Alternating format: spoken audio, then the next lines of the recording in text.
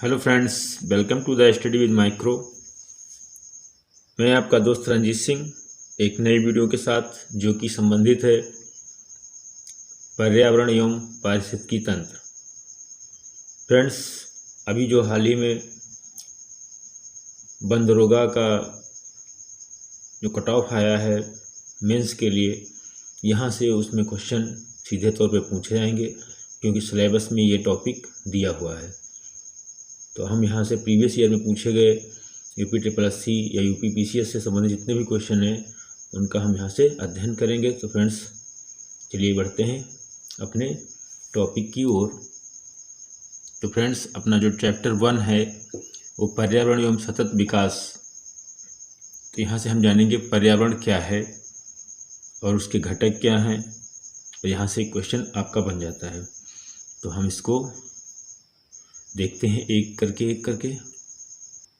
तो फ्रेंड्स, पृथ्वी पर पाए जाने वाले भूमि, जल, वायु, पेड़ पौधों एवं जीव जंतुओं का समूह जो हमारे चारों ओर सामूहिक रूप में पर्यावरण कहलाता है।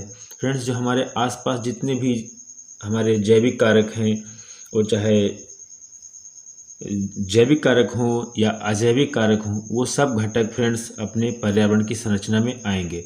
तो कहने का मतलब जैसे हम फ्रेंड्स अपने आप को मान लें कि हम एक मानव हैं और हमारे आसपास हम देखें, अगर जो हमारी भूमि है, यानी कि जो भूमि है, लैंड एरिया है, वाटर बॉडी है, एयर है, प्लांट्स हैं एंड सारे एनिमल्स, इन सब का जो समूह होता है फ्रेंड्स हमारे चारों ओर जो पाया जाता है, विद्यमान है, उसको हम सामूहिक रूप से, उसी को हम एनवायरनमेंट पर्यावरण कहते हैं।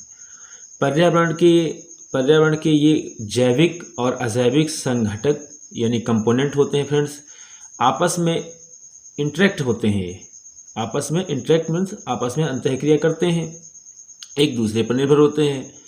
यह संपूर्ण प्रक्रिया एक तंत्र के रूप में संचालित होती है जिसे पारिस्थितिकी तंत्र या इकोसिस्टम के रूप में परिभाषित किया जाता है। पर्यावरण संरक्षण अधिनियम 1986 के अनुसार पर्यावरण किसी जीव के चारों तरफ घिरे भौतिक एवं जैविक दशाएं तथा उनके साथ अंतःक्रिया को सम्मिलित करता है। तो फ्रेंड्स, अगर हम आयोग की बात करें, जो हमारा इसमें साफ साफ लिखा हुआ है सिलेबस में, पर्यावरण संरक्षण अधिनियम के बारे में भी जानना है हमें, तो उसके अकॉर्डिंग अगर बात करें पर्यावरण की परिभाषा क्या होगी, तो कहा गया है पर्यावरण जो है वो किसी जीव मीन्स यानी कि जो ह्यूमन हो गया, मानव हो गया, उसी के आसपास की बात कर रहे हैं। भौतिक और जैविक कारक यानी भौतिक और अभौतिक या जैविक अजैविक कारक दोनों को बताया गया, दोनों दशाएं होंगी और साथ ही में कहा गया है वो आपस में इंटरेक्ट करेंगे, आपस में अंतःक्रिया को सम्मिलित करते हैं, उसी को हम लोग पर्यावरण कहते हैं। पर्यावरण जो है दो शब्दों से मिलकर बना हुआ है। पर्यावरण जो है दो शब्दों से मिलकर बना हुआ है, परि प्लस आवरण, जिसका अर्थ होता है, दोनों शब्दों को जोड़ने पर जो अर्थ प्राप्त होता है वो पर्यावरण की उत्पत्ति होती है और इसका शाब्दिक अर्थ होता है जो आवरण हमारे चारों ओर हमको घेरे हुए है फ्रेंड्स, उसी को हम लोग कहते हैं पर्यावरण। तो अगर यहाँ से पूछ दिया जाए पर्यावरण का शाब्दिक अर्थ क्या है, तो फ्रेंड्स पर्यावरण का शाब्दिक अर्थ क्या हो जाएगा? पर्यावरण का शाब्दिक जो अर्थ हो जाएगा वो हो जाएगा जो आवरण हमें चारों ओर से घेरे हुए है, उसी को हम क्या कहेंगे? पर्यावरण कहेंगे। अगर अब हम बात करें पर्यावरण की संरचना तो है क्या ये? तो आइए हम पहले डायग्राम के माध्यम से थोड़ा देखते हैं और फिर जो है पॉइंट पे चलेंगे। देखिए, तो ये फ्रेंड्स आपको जो डायग्राम दिख रहा है, ये डायग्राम आपको काफ़ी कुछ मदद करेगा। तो सबसे पहले बात करें अगर हम पर्यावरण, तो देखिए फ्रेंड्स, पर्यावरण जो हमारा है वो मिडिल में है और पर्यावरण जो है हाइड्रोस्फीयर यानी जलमंडल, बायोस्फीयर जीवमंडल, एटमॉस्फेयर वायुमंडल एंड लिथोस्फीयर स्थलमंडल, इन सबको समेटे हुए है। इन सबको फ्रेंड्स क्या है? समेटे हुए है। अब अगर बात करें हम वायुमंडल के घटक, तो वायुमंडल में हमारे दो घटक आते हैं, यानी कि दो का यहाँ पे फ्रेंड्स हम देखेंगे, क्षोभ मंडल ट्रोपोस्फियर एंड स्ट्रेटोस्फियर। ये वायुमंडल के अंतर्गत, वैसे तो हमारे लेयर्स हैं, 5 लेयर हैं, उनका अध्ययन हम करेंगे, लेकिन बात अगर करें वायुमंडल में तो वायुमंडल के जो मुख्य घटक हैं वो है स्ट्रेटोस्फीयर समताप मंडल और यानी कि ट्रोपोस्फीयर क्षोभ मंडल। अब बात करेंगे स्थलमंडल, जिसको हम लिथोस्फीयर कहते हैं। फ्रेंड्स, इसमें माउंटेन आएंगे, लैंड्स यानी कि आपका जो है प्लेन एरिया आ जाएगा, मैदान आ जाएंगे, डेजर्ट मरुस्थल आ जाएंगे। अब बात करें अगर हम जीवमंडल की, बायोस्फीयर की, तो इसमें आपके एनिमल एंड प्लांट्स आ जाएंगे, पौधे और जंतु आ जाएंगे। और अगर बात करें हम हाइड्रोस्फीयर में तो आपके इसमें जल बॉडीज जो होंगी, वाटर बॉडीज, जैसे कि आपका हिमनद हो गया, ग्लेशियर हो गया, लेक्स झीलें हो गई, रिवर्स नदियाँ एंड सागर ओशियन हो जाएंगे। फ्रेंड्स, ये सब मिलकर के हमारा जो है पर्यावरण बना हुआ है। आइए देखते हैं पॉइंट के माध्यम से। तो यहाँ पर देखिए, ये सब आपस में एक दूसरे से क्या करते हैं, जुड़े हुए हैं सारे तत्व। पर्यावरण एक अविभाज्य समष्टि है तथा जैविक एवं अजैविक तत्वों वाले पारस्परिक क्रियाशील तंत्रों से इसकी रचना हुई है। फ्रेंड्स, तो इसमें जैविक, बायोटिक एंड नो अबायोटिक दोनों के दोनों एलिमेंट्स इसमें हैं और आपस में क्रियाशील हैं। पर्यावरण के 3 संघटक होते हैं, यानी कि इन्वायरमेंट के 3 कंपोनेंट होते हैं। पहला फ्रेंड्स क्या है, भौतिक। भौतिक को ही हम फिजिकल या अबायोटिक कंपोनेंट कहते हैं, जिसके अंतर्गत स्थल लैंड आ जाता है, एयर आ जाता है, वाटर आ जाता है। फ्रेंड्स, जैविक की बात करें, अगर बायोटिक की बात करें, इसमें पादप आएगा, आपका प्लांट आएगा, एनिमल आएगा, यानी मनुष्य आएगा, और इसमें जितने भी एनिमल, सूक्ष्म माइक्रोजीव, माइक्रोब्स होते हैं, ये सब इसमें आ जाते हैं। फ्रेंड्स, अगर बात करें ऊर्जा कंपोनेंट की, एनर्जी कंपोनेंट, इसमें सौर्यायिक ऊर्जा यानी सूर्य ऊर्जा, सौर ऊर्जा जिसको सौर्य बोलते हैं, और सौर ऊर्जा का सबसे बड़ा स्रोत जो है वो पृथ्वी पर वो सूर्य है। एवं भूतापी ऊर्जा, भूतापी ऊर्जा। अतः पर्यावरण कई संघटनों से निर्मित एक संरचना है। यह सभी जैविक और अजैविक यानी बायोटिक एंड अबायोटिक अवयवों का सम्मिश्रण है, जो जीवों को चारों ओर से प्रभावित करता है। पर्यावरण के कुछ कारक संसाधन के रूप में कार्य करते हैं तथा कुछ कारक जो होते हैं वो नियंत्रक के रूप में कार्य करते हैं। पर्यावरण को बृहत या लघु स्तर पर समझा जा सकता है और इसके साथ ही क्षेत्रीय तथा भूमंडलीय स्तर पर भी पर्यावरण में विभिन्नताएं पाई जाती हैं। तो फ्रेंड्स, ये सब कारक जो होते हैं अपना कुछ न कुछ इफेक्ट अवश्य डालते हैं। तो फ्रेंड्स, देखते हैं कि पर्यावरण में देखो जो घटक हैं, इसके कंपोनेंट हैं, जो संघटक हैं, जो उसके तत्व हैं, तत्व एलिमेंट या कंपोनेंट, जो कि यहाँ पे लिखा है उसके कारक। तो कारक संसाधन के रूप में भी प्रयोग होते हैं और नियंत्रक। ये फ्रेंड्स यहाँ से सीधे क्वेश्चन पूछा था, निम्न में से कौन सा पर्यावरण का कारक है या नहीं है, कौन सी उसके कारण है या नहीं है। तो कौन कारण है पर्यावरण को इफेक्ट डालते हैं, तो देखो इसमें अगर चित्र के माध्यम से हम आसानी से समझें तो कहा गया पर्यावरण के स्तर 2 हैं। फ्रेंड्स, कितने स्तर हैं, 2 फ्रेंड्स। एक तो है लघु जीवाणु का पर्यावरण, दूसरा कारक क्या है, बृहत वृक्ष का पर्यावरण। अगर बात किया जाए इनकी भिन्नताएं और इनके कारण क्या है, तो जलवायु में परिवर्तन होगा तो पर्यावरण आपका इफेक्टिव होगा। अगर मृदा में चेंज होगा, मृदा अपरदन होगा, कुछ भी मृदा में अगर डिस्टर्ब हो रहा है तो आपका पर्यावरण डिस्टर्ब होगा। अगर स्थला आकृतियों में अंतर है तो उससे आपका एनवायरनमेंट चेंज होगा। पर्यावरण के कारक कौन होते हैं, तो कहा गया संसाधन के रूप में और नियंत्रक के रूप में होता है। फ्रेंड्स, अगर बात करें इसके घटक, तो अभी जैसे कि बात की गई, इनके 3 घटक हैं। एक तो आपका फिजिकल, इसको हम अजैविक कहते हैं, अबायोटिक हो जाएगा। एक होता है जैविक, जिसको हम बायोटिक कहते हैं। तो ये हो जाएगा बायोटिक, जैविक हो जाएगा, ये अबायोटिक हो जाएगा, इसको हम अजैविक कहेंगे। फ्रेंड्स, इसको हम क्या कहेंगे, इसको हम कहेंगे अजैविक। और ये एनर्जी है आपकी, जो आपको कहा गया सौर विकिरण से हमको प्राप्त है, सौर्यायिक हो जाता है, भूतापी ऊर्जा हो जाती है। अब बात करेंगे हम अजैविक में, अजैविक जो होते हैं घटक, उसमें आपका लैंड एरिया आ जाता है, स्थल, वायु, जल, सूर्य का प्रकाश, ये देखो अलग कर दिया गया है। तो वैसे ये आपका अगर जो 2 ही में बांटे जाएं तो ये आपका भी भौतिक कारक में ही आ जाएगा। पादप प्लांट्स हो जाएंगे, मानव, जंतु, सूक्ष्म जीव, ये सब पर्यावरण की और उसकी संरचना बनाते हैं। आप फ्रेंड्स हम देखते हैं प्रीवियस ईयर में पूछे गए कुछ महत्वपूर्ण प्रश्न। तो जैसे कि फ्रेंड्स पहला क्वेश्चन आपको दिख रहा है, पहला क्वेश्चन है फ्रेंड्स जो पूछा गया है 2006 में। और देखो यूपीएससी और पीसीएस ये दोनों का सिलेबस लगभग सेम है, तो आप यहाँ से अच्छे से क्वेश्चन कवर कर लिए, आप निश्चित ही क्वेश्चन आपको मिल जाएंगे। पर्यावरण से अभिप्राय क्या है, यानी आप मीन्स पर्यावरण से क्या समझते हैं। तो फ्रेंड्स अगर बात की जाए, देखो इसमें कहा गया भूमि, जल, वायु, पौधे और पशुओं की प्राकृतिक दुनिया को हम इनके चारों ओर का जो अस्तित्व होता है उसी को हम पर्यावरण कहते हैं। फ्रेंड्स बिल्कुल सही कथन लग रहा है। उन संपूर्ण दशाओं का योग जो व्यक्ति को एक समय बिंदु पर घेरे हुए होती है, ये भी सही है, क्योंकि चारों ओर का संपूर्ण योग होता है सभी दशाओं का। उसमें जैविक अजैविक घटक भी होते हैं जो एक व्यक्ति को निश्चित बिंदु में घेर रखता है। भौतिक यानी कि अबायोटिक हो जाएगा, बायोटिक जैविक हो जाएगा, और सांस्कृतिक तत्वों की अंतःक्रियात्मक व्यवस्था को हम इंटरेक्ट जो होती है व्यवस्था, उसी को हम लोग क्या कहते हैं, अंतः संबंधी होते हैं, उसी को हम एनवायरनमेंट पर्यावरण कहते हैं। तो फ्रेंड्स इसमें तीनों के तीनों आपके आंसर सही हो जाएंगे। अगर बात करें व्याख्या की, तो इसमें भी जो है व्याख्या भी आप देख ले आसानी से। यहाँ से पृथ्वी पर पाए जाने वाले भूमि, जल, वायु, पेड़ पौधे तथा जीव जंतुओं का समूह जो हमारे चारों ओर है, सामूहिक रूप से पर्यावरण कहलाता है। पर्यावरण के ये जैविक तथा अजैविक संगठक आपस में इंटरेक्ट अंतरक्रिया करते हैं। यह संपूर्ण प्रक्रिया एक तंत्र के रूप में संचालित होती है, जिससे पारिस्थितिकी तंत्र के रूप में परिभाषित किया जा सकता है। पर्यावरण संरक्षण अधिनियम 1986 के अनुसार पर्यावरण, ये फ्रेंड्स आप डिफिनीशन याद रखिएगा, कहीं इस आयोग से पूछ सकता है कि अकॉर्डिंग टू पर्यावरण संरक्षण अधिनियम 1986 के अनुसार जो है पर्यावरण की परिभाषा क्या है। तो पर्यावरण किसी जीव के चारों तरफ घिरे भौतिक और जैविक दशाओं तथा उनके साथ अंतःक्रिया को सम्मिलित करता है।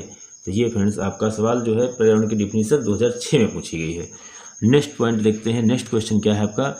ये बीपीएससी जो है प्री एग्जाम 2011 में पूछा गया क्वेश्चन है, पर्यावरण किससे बनता है फ्रेंड्स। तो देखिए इसमें देखते हैं, तो पहला देखो क्या है, ये देखो लिखा पहला लिखा है जैविक कारक, यानी जैवी मीन्स बायोटिक हो जाएगा, अजैव मीन्स फ्रेंड्स अबायोटिक हो जाएगा, यानी कि ये भौतिक कारक है, इसी को हम भौतिक कारक के नाम से जानते हैं। और नेक्स्ट है भू आकृतिक घटकों के द्वारा जिसको हम कभी कभी सांस्कृतिक घटक कह देते हैं, या इसी को हम कह दें यानी कि आपका जैसे सौर आ जाता था, यानी ऊर्जा एनर्जी वाला इसी में आ जाएगा। यानी कि कुल मिला के फ्रेंड्स आपका आंसर हो जाएगा विकल्प डी। तीनों विकल्प इसमें क्या हो जाएंगे, सही हो जाएंगे। तो नेक्स्ट क्वेश्चन पे चलते हैं फ्रेंड्स। तो फ्रेंड्स ये व्याख्या है पिछले क्वेश्चन की, जिसमें कहा गया है जो पर्यावरण एक अविभाज्य समष्टि है, जैविक अजैविक तत्वों और परस्पर क्रियाशील तंत्रों के इसकी संरचना होती है। पर्यावरण के तीन घटक होते हैं, भौतिक और जैविक और ऊर्जा संगठन, जैसा कि आप पीछे देख भी चुके हैं। तो इनका अध्ययन करेंगे तो बार बार रिवीजन हो जाएगा। इसमें जो है स्थल, वायु, जल, जैविक में क्या हो जाएगा, पादप, मनुष्य, जंतु और सूक्ष्म जीव, और ऊर्जा घटक जो होगा सौरयायकी यानी सौर ऊर्जा और भूतापी ऊर्जा होगा। आगे देखते हैं फ्रेंड्स धारणीय विकास एवं सतत विकास, इस पॉइंट को देख लेते हैं और फिर इससे संबंधित क्वेश्चंस उठाते हैं। तो फ्रेंड्स जैसा कि आप हेडिंग में देख रहे हैं,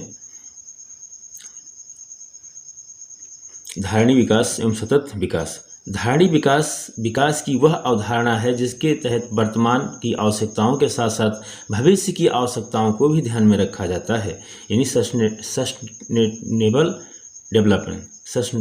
डेवलपमेंट जो होता है फ्रेंड्स, धारणीय विकास वो जो होता है ये वर्तमान की जो है आवश्यकता को ही ध्यान में नहीं रखा जाता है, इसके साथ साथ भविष्य की आवश्यकताओं को भी ध्यान में रखा जाता है। बात की जाए धारणीय विकास प्राकृतिक संसाधनों के उपयोग के संदर्भ में अंतर पीढ़ीगत संवेदनशीलता का विषय है। तो कुछ इसके महत्वपूर्ण पॉइंट है, आगे देखते हैं। तो कहा गया धारणीय विकास जो है का मुख्य उद्देश्य जो है वो पृथ्वी के प्राकृतिक संसाधनों का न्याय संगत उपयोग करना, संरक्षण करना, यानी कि जो इसका मुख्य उद्देश्य है फ्रेंड्स किसका, धारणीय विकास का, तो पृथ्वी के प्राकृतिक संसाधनों को न्याय संगत उपयोग करना इनका, और साथ साथ में इनका संरक्षण भी करना और इनका उचित प्रबंधन करना। तो अगर फ्रेंड्स बात करें हम प्राकृतिक संसाधनों का, तो क्या करना, न्याय संगत उपयोग, उसका संरक्षण करना, उसका उचित प्रबंधन करना। तो तीन बातें आपको ध्यान रखनी होंगी। ध्यान रहे या ध्यातव्य है कि इस शब्द की व्याख्या वर्ष 1987 ईस्वी को world commission on environment and development WCED friends इसका पूरा नाम पूछा जा सकता है, तो इसको रिपीट कर लीजिए। W for world, C for commission on environment and development ने अपनी रिपोर्ट आवर कॉमन फ्यूचर, ये रिपोर्ट का नाम फ्रेंड्स है, पूछा जा सकता है। आवर कॉमन रिपोर्ट का संबंध किससे है? तो धारणीय विकास या सतत विकास से है, जो कब आई? 1987 में आई। कॉमन फ्यूचर रिपोर्ट ये कब आई? 1987 में आई। इसको आप ध्यान रखेंगे। चलिए नेक्स्ट पॉइंट पर बढ़ते हैं। ये हो गया आपका 1887 में world commission on environment and development WCED ने अपनी रिपोर्ट आवर कॉमन फ्यूचर में की थी। 1992 में आयोजित पृथ्वी सम्मेलन में घोषित एजेंडा जो था, एजेंडा 21, जिसे हम रियो घोषणा पत्र के नाम से भी जानते हैं, इसके प्रति पूर्ण समर्थन व्यक्त किया गया। और साथ ही वर्ष 2002 में जोहानसबर्ग, जो कि साउथ अफ्रीका अमेरिका महाद्वीप में पड़ता है फ्रेंड्स, वहाँ पर आयोजित सम्मेलन हुआ और उसका मुख्य जो मुद्दा था या उसका उद्देश्य था वो था सतत विकास। तो ये भी फ्रेंड्स काफ़ी अच्छा क्वेश्चन है। बात किया जाए अगर सतत विकास जो है इसका मुद्दा कहाँ पर ट्रेंड हुआ या कहाँ पर इसको घोषित किया गया, तो 2002 का जो कन्वेंशन हुआ था पृथ्वी सम्मेलन का जोहानसबर्ग में, वहाँ पर world commission on environment and development WCED द्वारा वर्ष 1987 ईस्वी में प्रकाशित रिपोर्ट आवर कॉमन फ्यूचर, जिसे ब्रंटलैंड रिपोर्ट के नाम से भी जाना जाता है, ब्रंटलैंड रिपोर्ट के नाम से भी जाना जाता है। तो ये भी काफ़ी क्वेश्चन इंपॉर्टेंट रहेगा। आवर कॉमन फ्यूचर जो रिपोर्ट है उसे हम ब्रंटलैंड रिपोर्ट के नाम से भी जानते हैं। इसके अनुसार सतत विकास से अभिप्राय ऐसे विकास से है जो भावी पीढ़ियों की जरूरत पूरी करने की क्षमता योग्यता रखता है, बिना प्रभावित किए वर्तमान समय की आवश्यकता पूरी कर रहे। इसका तात्पर्य है कि मानव समाज का सतत भविष्य तभी सुनिश्चित हो सकता है फ्रेंड्स, जबकि आर्थिक गतिविधियों और मानव कल्याण के समर्थन हेतु आवश्यक जैव भौतिक और सामाजिक परिस्थितियां पीढ़ी दर पीढ़ी पोषित एवं संदृढ़ की जा सकें। इस प्रकार प्रश्नगत कथन एवं कारण दोनों सही हैं। नेक्स्ट पॉइंट है सतत विकास के लिए जैविक विविधता का संरक्षण, प्रदूषण का निरोध, उसको कंट्रोल करना, नियंत्रण करना और तथा निर्धनता घटाना सभी आवश्यक हैं। इस सतत विकास के अगर देखा जाए मेन जो लक्ष्य हैं वो जैविक विविधता का संरक्षण करना, प्रदूषण का निरोध करना और उसको रोकना और निर्धनता घटाना, ये सभी आवश्यक हैं। प्रकृति ने अपनी सुंदरता, अपनी सीमाएं, अतः हमें चाहिए कि पहले हम प्रकृति को समझने का प्रयास करें, उसके बाद अपनी विकास नीतियों का निर्धारण करें। अतः आर्थिक विकास और पर्यावरण सुरक्षा के मध्य एक वांछित संतुलन बनाए रखना ही टिकाऊ विकास या सतत विकास होता है। टिकाऊ विकास की जो अनिवार्य शर्तें हैं वे सूचनाओं की उपलब्धता पर आधारित होती हैं। तो ये फ्रेंड्स रहा कुछ सतत विकास के बारे में महत्वपूर्ण फैक्ट। तो आपको ये ध्यान रखना है 1987 में WCED, जिसका नाम है world commission on environment and development, ये रिपोर्ट ध्यान रखिएगा। आवर कॉमन रिपोर्ट प्रस्तुत की गई थी, जो वर्ष 1992 में आयोजित पृथ्वी सम्मेलन का जो घोषणा पत्र था, जो एजेंडा था रियो 21 घोषणा पत्र, इसका पूर्ण समर्थन किया गया। और 2002 में जोहानसबर्ग में आयोजित सम्मेलन में उसका मुख्य उद्देश्य रखा गया सतत विकास। और कॉमन फ्यूचर जो रिपोर्ट है आपकी, उसको हम ब्रंटलैंड रिपोर्ट के नाम से भी जानते हैं। और सतत के जो मुख्य उद्देश्य हैं वो है जैविक विविधता संरक्षण, प्रदूषण का निरोध और नियंत्रण करना और निर्धनता को घटाना। ये कुछ महत्वपूर्ण आप फैक्ट हो जाते हैं। नेक्स्ट पॉइंट पे चलते हैं। टिकाऊ विकास हेतु आवश्यक सूचनाएं, पर्यावरण से संबंधित सूचनाएं जो हैं वो जैविक अधिवास से संबंधित हैं और प्राकृतिक संसाधन से संबंधित हैं इधर मनुष्य और उसके क्रियाकलापों से संबंधित सूचना है, जनसंख्या वृद्धि दर, जनसंख्या का आकार और विभिन्न संसाधन व खाद्य उपलब्धता। नेक्स्ट है पर्यावरण के आधारभूत कारक है इधर, और वर्तमान पर्यावरण की स्थिति है। इधर है प्रति व्यक्ति यानी कि औसत जीवन स्तर तथा प्रति व्यक्ति आय और तकनीकी स्तर। ये कुछ महत्वपूर्ण विकास के आवश्यक सूचनाएं हैं। अब फ्रेंड्स क्वेश्चन देख लेते हैं इससे संबंधित। नीचे दिए गए कथन जिनमें एक को कथन ए तथा दूसरे को कथन कारण आर कहा गया है, तो फ्रेंड्स सतत विकास मानव समाज के कल्याण हेतु महत्वपूर्ण है। तो फ्रेंड्स देखने से ही लगता है बिल्कुल महत्वपूर्ण है। सतत विकास जो है मानव समाज के कल्याण हेतु बहुत महत्वपूर्ण है। सतत विकास से अभिप्राय ऐसे विकास से है जो भावी पीढ़ियों की जरूरतें पूरी करने की योग्यता को प्रभावित किए बिना वर्तमान समस्याओं की आवश्यकता पूरी करे।